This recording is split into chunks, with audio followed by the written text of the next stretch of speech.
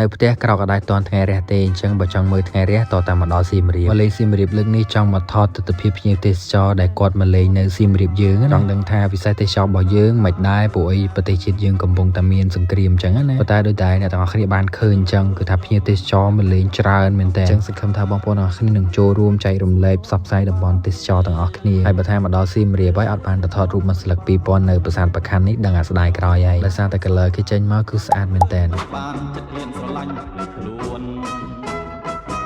ជំរាបសួរអ្នកទាំងអស់គ្នាវីដេអូនេះនាំអារម្មណ៍គ្នាយើងទៅលេងសៀមរាបទៀតហើយជាទម្លាប់របស់ខ្ញុំនៅពេលដែលទៅលេងសៀមរាបខ្ញុំចូលចិត្តជិះឡានក្រុងដេកយប់ព្រោះដោយសារតែយើងចំណេញពេលអញ្ចឹងហើយបេនខ្ញុំគឺអត្តនាឆ្ងាយទេត្រឹម e-booking នេះឯងដោយសារតែខាង e-booking គេមានឡានក្រុងគេងយប់នឹងយូរហើយភ្នំពេញសៀមរាបហ្នឹងអញ្ចឹងទៅធ្វើឲ្យការធ្វើដំណើររបស់ខ្ញុំគឺមានទំនុកចិត្តមែនតើហើយឥឡូវនេះខាង e-booking ក៏គេកំពុងតែមាន promotion ដែរតែខ្ញុំនឹងប្រាប់បងប្អូនអរគ្នានៅខាងចុងវីដេអូជិះឡានគេងយប់ចំណេញពេលហើយស្រួលខ្លួនទៀតដល់សៀមរាបដូចម៉ោងកំណត់អញ្ចឹងសំខាន់យើងសល់ពេលមើលថ្ងៃរះទៀតគឺអែមកមើលថ្ងៃរះនៅសៀមរាបច្រើនដងមែនតើប៉ុន្តែទើបតែលើកនេះឯងមើលថ្ងៃរះជោគជ័យតែមេឃពេលថ្ងៃរះពណ៌ក្រហមអញ្ចឹងឆ្លោះប្រចាំងជាមួយនឹងកំពូលប្រាសាទស្អាតមែនតើអ្នកទាំងអស់គ្នាហើយខ្ញុំចាប់អារម្មណ៍ថ្ងៃដែលខ្ញុំទៅនេះគឺប្រទេសជាតិយើងកំពុងតែមានសង្គ្រាមប៉ុន្តែភ្ញៀវទេសចរច្រើនមែនតើក្នុងហ្នឹងឃើញថាភ្ញៀវអន្តរជាតិច្រើនជាងភ្ញៀវជាតិយើងបើជាឥឡូវហ្នឹងស្រុកទេសរបស់យើងមិនទាន់សន្តិភាពពេញលេញក៏ដោយសង្ឃឹមថាបងប្អូនអរគ្នានឹងជួយចែករំលែកឬក៏ផ្សព្វផ្សាយបន្ថែមព្រោះថាវិស័យទេសចរនេះគឺមានតួនាទីសំខាន់មែនតើនៅក្នុងសេដ្ឋកិច្ចជាតិយើងចូលមកដំណើរកម្សាន្តរបស់យើងវិញយើងចេញពីមើលថ្ងៃរះហើយគឺយើងទៅជួលម៉ូតូសម្រាប់ម៉ូតូ PG1 នេះគឺខ្ញុំជួលមួយថ្ងៃ$15អ្នកទាំងអស់គ្នាតមកយើងទៅញ៉ាំអីពេលព្រឹកបន្តិចហើយបានយើងទៅអូតាដើម្បីផ្លាស់ប្ដូរសម្លៀកបំពាក់ចេញដើរលេងឡើងញ៉ាំអីពេលព្រឹកនេះអ្នកទាំងអស់គ្នាមើលវីដេអូខ្ញុំកន្លងមកដឹងហើយ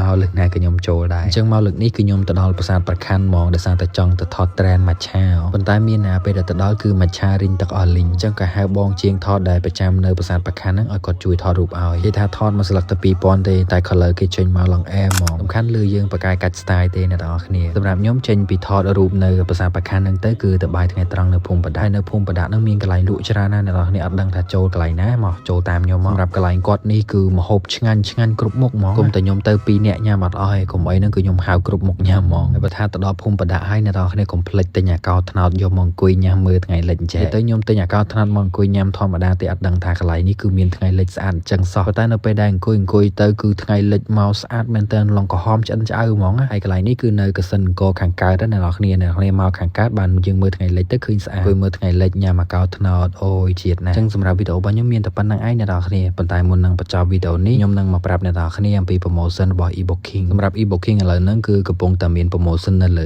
app ណាអ្នកនរគ្នារាល់ការកក់សំបុត្រធ្វើដំណើរកម្សាន្តរបស់បងប្អូនទាំងអស់គ្នានៅលើ app គឺនឹងទទួលបានការបញ្ចុះតម្លៃភ្លាមៗហ្មងហើយសម្រាប់ promotion នេះគឺមានទាំង VIP 14កៅអីតម្លៃសល់ត្រឹមតែ$9.9ទេនិង Hotel Bus វិញសល់ត្រឹមតែ